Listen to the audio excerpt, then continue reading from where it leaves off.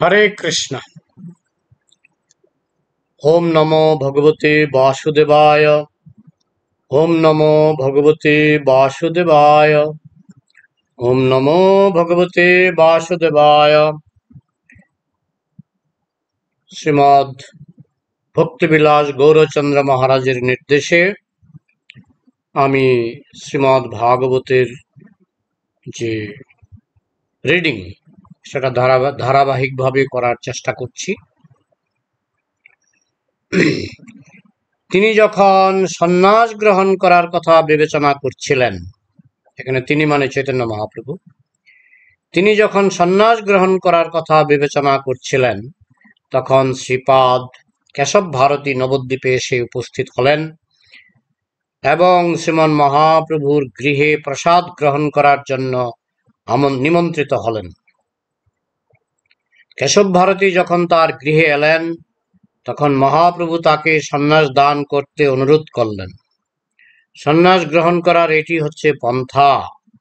অপর একজন সন্ন্যাসীর কাছ থেকে সন্ন্যাস গ্রহণ করতে হয়। যদিও মহাপ্রভু হচ্ছেন সর্বতোভাবে স্বাধীন, তবু শাস্ত্রের বিধি অনুসারে তিনি কেশব ভারতীর কাছ থেকে সন্ন্যাস গ্রহণ করেছিলেন। যদিও কেশব ভারতী বৈষ্ণব সম্প্রদায় ভুক্ত ছিলেন না। কেশব ভারতীর সঙ্গে পরামর্শ করার পর মহাপ্রভু নবদ্বীপ ত্যাগ করে কাটোয়ায় গেলেন এবং সেখানে আনুষ্ঠানিকভাবে সন্ন্যাস গ্রহণ করলেন। তার সঙ্গে ছিলেন শ্রীমন নিত্যানন্দ প্রভু, চন্দ্রশেখর আচার্য এবং মুকুন্দ দত্ত। সন্ন্যাস গ্রহণকালে তারা তাকে সহযোগিতা করেছিলেন। শ্রী চৈতন্য মহাপ্রভুর সন্ন্যাস গ্রহণের ঘটনা শ্রীল বৃন্দাবন দাস ঠাকুর রচিত চৈতন্য ভাগবত গ্রন্থে বিশদভাবে বর্ণিত হয়েছে। এইভাবে 24 বছর বয়স পূর্ণ হলে মাঘ মাসে শ্রী চৈতন্য মহাপ্রভু সন্ন্যাস গ্রহণ করেছিলেন। সন্ন্যাস গ্রহণের পর তিনি পূর্ণরূপে ভগবত ধর্মের প্রচারক হলেন। যদিও তিনি গৃহস্থ আশ্রমে পুরোপুরি ভগবত ধর্মের প্রচার করছিলেন, কিন্তু তিনি যখন সেই কার্যে বাধা পেলেন তখন তিনি পতিত জীবদের উদ্ধার করার জন্য গৃহের সুখ স্বাচ্ছন্দ্যের জীবন পরিত্যাগ করে সন্ন্যাস গ্রহণ করলেন।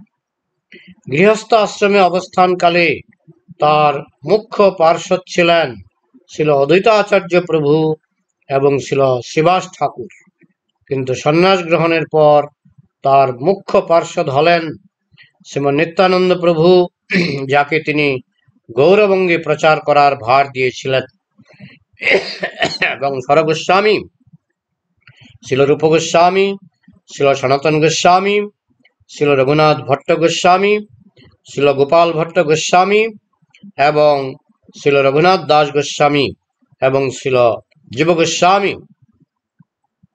যাদের তিনি বৃন্দাবনে লুপ্ত তীর্থ উদ্ধারের এবং শাস্ত্র প্রণয়নের দায়িত্বভার অর্পণ করেছিলেন। এইভাবে শ্রী চৈতন্য মহাপ্রভুর ইচ্ছার প্রভাবে বৃন্দাবন ধাম এবং তার মাহাত্ম্য প্রকাশিত হল। সন্ন্যাস গ্রহণ করার পর শ্রী চৈতন্য মহাপ্রভু বৃন্দাবনের দিকে যাত্রা করলেন। 3 দিন ধরে ক্রমান্বয়ে তিনি রাঢ় দেশে, যেখানে গঙ্গা প্রবাহিত হয় না, ভ্রমণ করলেন। তিনি বৃন্দাবন যাওয়ার আনন্দে মগ্ন হয়েছিলেন, কিন্তু নিত্যানন্দ প্রভু পথ পরিবর্তন করে তাকে শান্তিপুরে অদ্বৈত আচার্যের বাড়িতে নিয়ে গেলেন। মহাপ্রভু কয়েকদিনের জন্য অদ্বৈত প্রভুর গৃহে অবস্থান করলেন। তিনি যে চিরকালের জন্য গৃহত্যাগ করেছেন সে কথা ভেবে অদ্বৈত আচার্য প্রভু নবদ্বীপে লোক পাঠালেন সচীমাতাকে নিয়ে আসার জন্য, যাতে তিনি শেষবারের মতো তার পুত্রকে দেখতে পারেন। কিছু দুষ্ট প্রকৃতির লোক প্রচার করে যে শ্রী চৈতন্য মহাপ্রভু সন্ন্যাস গ্রহণের পর তার স্ত্রীর সঙ্গে দেখা করেছিলেন এবং তাকে তার পাদুকা দান করেছিলেন, কিন্তু বিষ্ণুপ্রিয়া দেবীর সঙ্গে শ্রী চৈতন্য মহাপ্রভুর সাক্ষাৎকারের কোনো শাস্ত্রীয় প্রমাণ নেই বা নির্ভরযোগ্য বর্ণনাও নেই। অদ্বৈত প্রভুর গৃহে সচীমাতার সঙ্গে মহাপ্রভুর সাক্ষাৎকার হয় এবং সন্ন্যাসীর বেশে তার পুত্রকে দর্শন করে তিনি গভীরভাবে মর্মাহত হন। তিনি তাকে অনুরোধ করেছিলেন তিনি যেন জগন্নাথপুরীতে থাকেন, যাতে লোকমুখে মাঝে মাঝে তিনি তার সংবাদ পেতে পারেন। শ্রী চৈতন্য মহাপ্রভু তার স্নেহময়ী মাতার ইচ্ছা পূর্ণ করতে সম্মত হয়েছিলেন। এই ঘটনার পর শ্রী চৈতন্য মহাপ্রভু সমস্ত নবদ্বীপবাসীকে শোক সমুদ্রে নিমজ্জিত করে পুরীর দিকে যাত্রা করলেন। শ্রী চৈতন্য মহাপ্রভু জগন্নাথপুরী যাওয়ার পথে অনেক গুরুত্বপূর্ণ স্থান দর্শন করেছিলেন। তিনি রেমুনায় গোপীনাথজির, যিনি তার ভক্ত মাধবেন্দ্র পুরীর জন্য ক্ষীর চুরি করেছিলেন, মন্দির দর্শন করলেন। তারপর থেকে গোপীনাথজির বিগ্রহের নাম হয়েছিল ক্ষীরচোরা গোপীনাথ।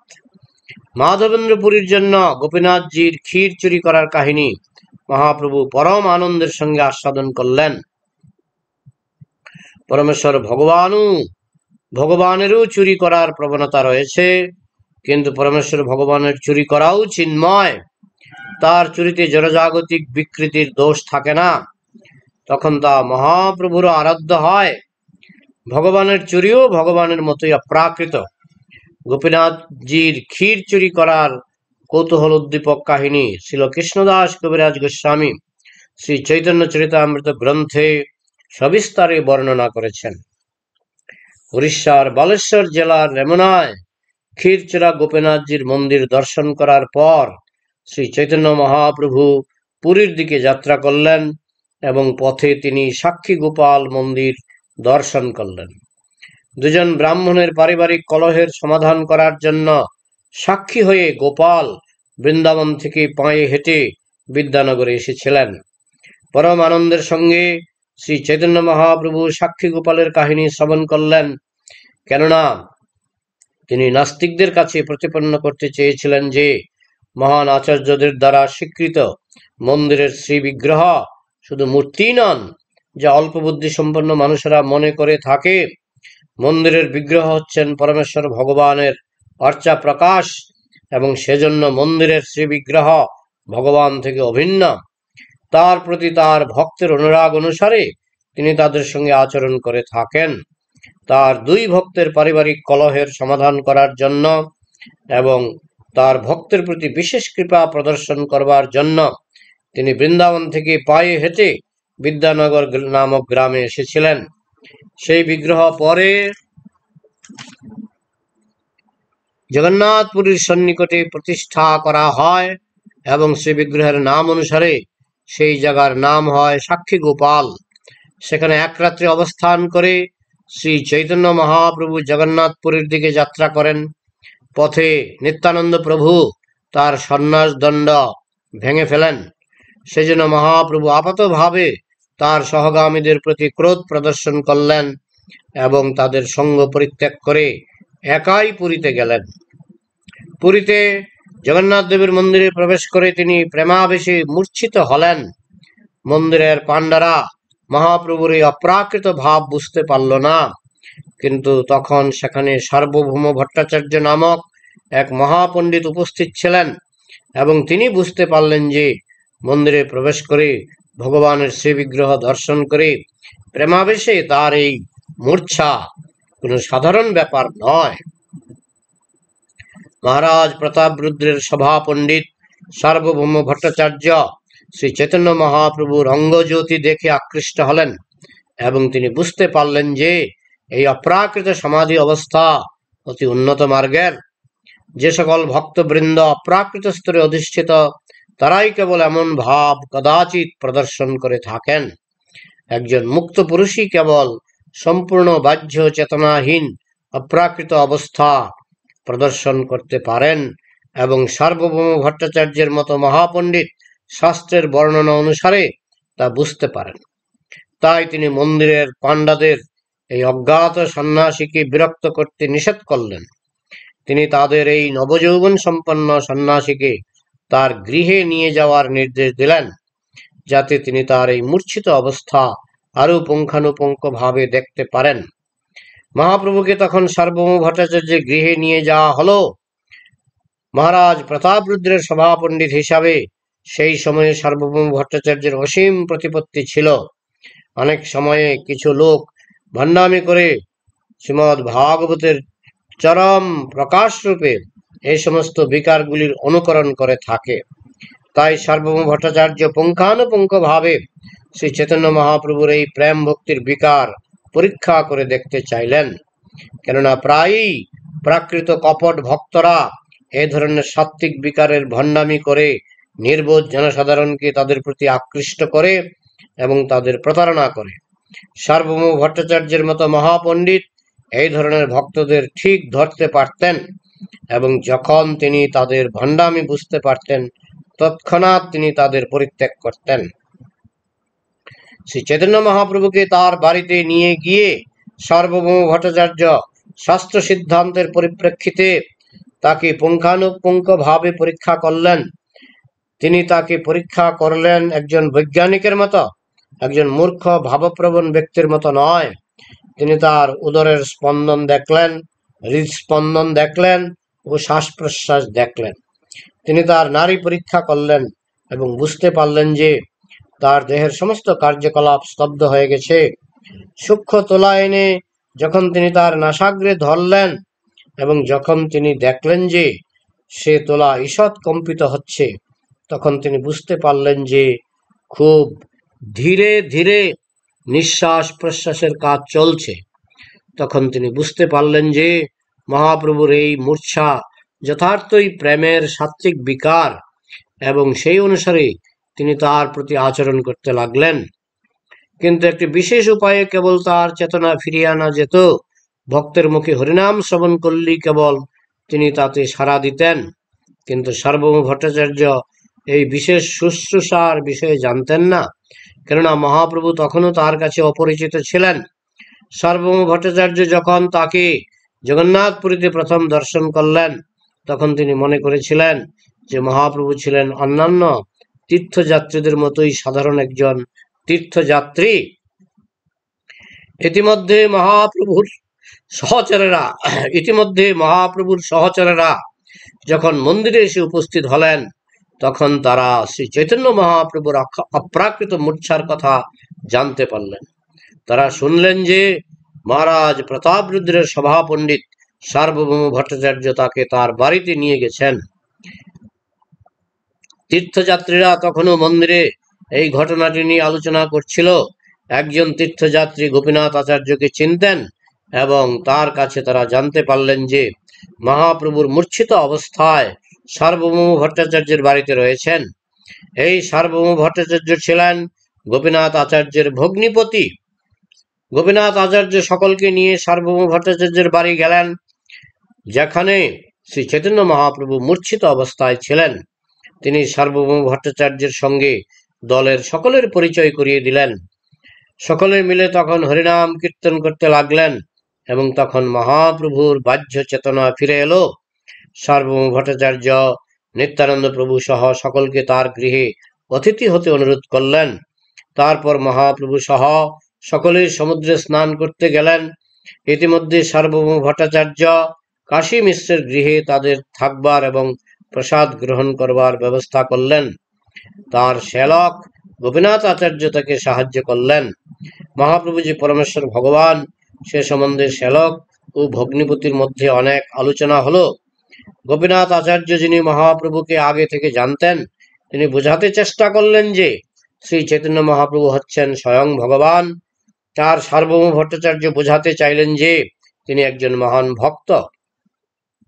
এইভাবে শাস্ত্র প্রমাণের যুক্তিতে তারা তর্ক করতে লাগলেন, জনসাধারণের মতামতের ভিত্তিতে নয়। ভগবানের অবতার চেনা যায় শাস্ত্রের প্রমাণের মাধ্যমে, কতগুলি মূর্খের স্বীকৃতির মাধ্যমে নয়। যেহেতু শ্রী চৈতন্য মহাপ্রভু ছিলেন পরমেশ্বর ভগবানের অবতার, তাই অনেক মূর্খ লোক আজকাল যাকে তাকে ভগবান বলে প্রচার করছে। তাদের কোনো শাস্ত্রজ্ঞান নেই, কেবল অন্ধ আবেগের বশবর্তী হয়ে তারা এইভাবে কতকগুলি পাষণ্ডকে ভগবানের অবতার বলে প্রচার করছে। কিন্তু সার্বভৌম ভট্টাচার্য এই ধরনের ভাবপ্রবণতার দ্বারা প্রভাবিত ছিলেন না। পক্ষান্তরে উভয়ই মহাপ্রভুর ভগবত্তার প্রমাণ ও প্রত্যাখ্যান করেছিলেন শাস্ত্রের ভিত্তিতে। ইতিমধ্যে প্রকাশিত হয়ে পড়ল যে শ্রী চৈতন্য মহাপ্রভুর মাতামহ শ্রী নীলাম্বর চক্রবর্তী ছিলেন সার্বভৌম ভট্টাচার্যের পিতার সহপাঠী। সেই সূত্রে সেই নবীন সন্ন্যাসীর প্রতি সার্বভৌম ভট্টাচার্য পিতৃবৎ বাৎসল্য অনুভব করলেন। সার্বভৌম ভট্টাচার্য ছিলেন শঙ্কর সম্প্রদায় ভুক্ত এবং তার অনেক অনুগামী ছিল। তাই তিনি চাইলেন এই নবীন সন্ন্যাসীও যেন তার কাছে বেদান্ত দর্শন সম্বন্ধে শিক্ষা লাভ করে। শঙ্কর সম্প্রদায়ের অনুগামীদের সাধারণত বৈদান্তিক বলা হয়, কিন্তু তার অর্থ এই নয় যে বেদান্ত অধ্যয়নের অধিকারী একমাত্র শঙ্কর সম্প্রদায়েরই রয়েছে। প্রতিটি সম্প্রদায় বেদান্ত অধ্যয়ন করে, কিন্তু তাদের বেদান্ত সম্বন্ধে নিজস্ব ভাষ্য রয়েছে। তবে শঙ্কর সম্প্রদায় বেদান্তের বৈষ্ণব ভাষ্য সম্পর্কে অজ্ঞ। মহাপ্রভু ভট্টাচার্যের কাছে বেদান্ত শিক্ষা লাভ করতে সম্মত হলেন এবং তারা উভয়ই জগন্নাথ মন্দিরে গিয়ে বসলেন। ক্রমান্বয়ে 7 দিন ধরে সার্বভৌম ভট্টাচার্য বেদান্ত দর্শন সম্বন্ধে বলে যেতে লাগলেন এবং শ্রী চৈতন্য মহাপ্রভু গভীর মনোযোগের সঙ্গে তা শুনতে লাগলেন এবং তিনি তাকে কোনো রকম বাধা দিলেন না। শ্রী চৈতন্য মহাপ্রভুর এই নীরবতার ফলে সার্বভৌম ভট্টাচার্যের মনে কিছু সন্দেহের উদয় হলো এবং তিনি জিজ্ঞাসা করলেন কেন তিনি কোনো প্রশ্ন করছেন না অথবা মন্তব্য করছেন না। শ্রী চৈতন্য মহাপ্রভু ভট্টাচার্যের সামনে একজন মূর্খ শিষ্যের মতো অভিনয় করতে লাগলেন, যেন সার্বভৌম ভট্টাচার্য যেহেতু তাকে বলেছেন যে সন্ন্যাসীর কর্তব্য হচ্ছে বেদান্ত অধ্যয়ন করা, সেই জন্য তিনি তার কাছে বেদান্ত পাঠ শুনছেন। কিন্তু মহাপ্রভু তার ভাষ্য মেনে নিতে পারলেন না। এইভাবে শ্রী চৈতন্য মহাপ্রভু দেখিয়ে দিলেন যে শঙ্কর সম্প্রদায় এবং অন্যান্য সম্প্রদায়ের তথাকথিত বৈদান্তিকেরা ছিল ব্যাসদেবের নির্দেশ অনুসরণ করছে না, তারা কেবল যান্ত্রিকভাবে বেদান্ত পাঠ করছে। এই মহান জ্ঞানভাণ্ডার সম্বন্ধে তাদের কোনো ধারণাই নেই। বেদান্ত সূত্রের ব্যাখ্যা তার প্রণেতা স্বয়ং ব্যাসদেবী দিয়ে গেছেন এবং তা হচ্ছে শ্রীমদ্ ভাগবত। শ্রীমদ্ ভাগবত সম্বন্ধে যার কোনো জ্ঞান নেই সে কখনো বেদান্তের তত্ত্ব অনুভব করতে পারবে না। মহাপণ্ডিত সার্বভৌম ভট্টাচার্য তথাকথিত সমস্ত বৈদান্তিকদের প্রতি শ্রী চৈতন্য মহাপ্রভুর এই তির্যক মন্তব্য হৃদয়ঙ্গম করতে পারলেন।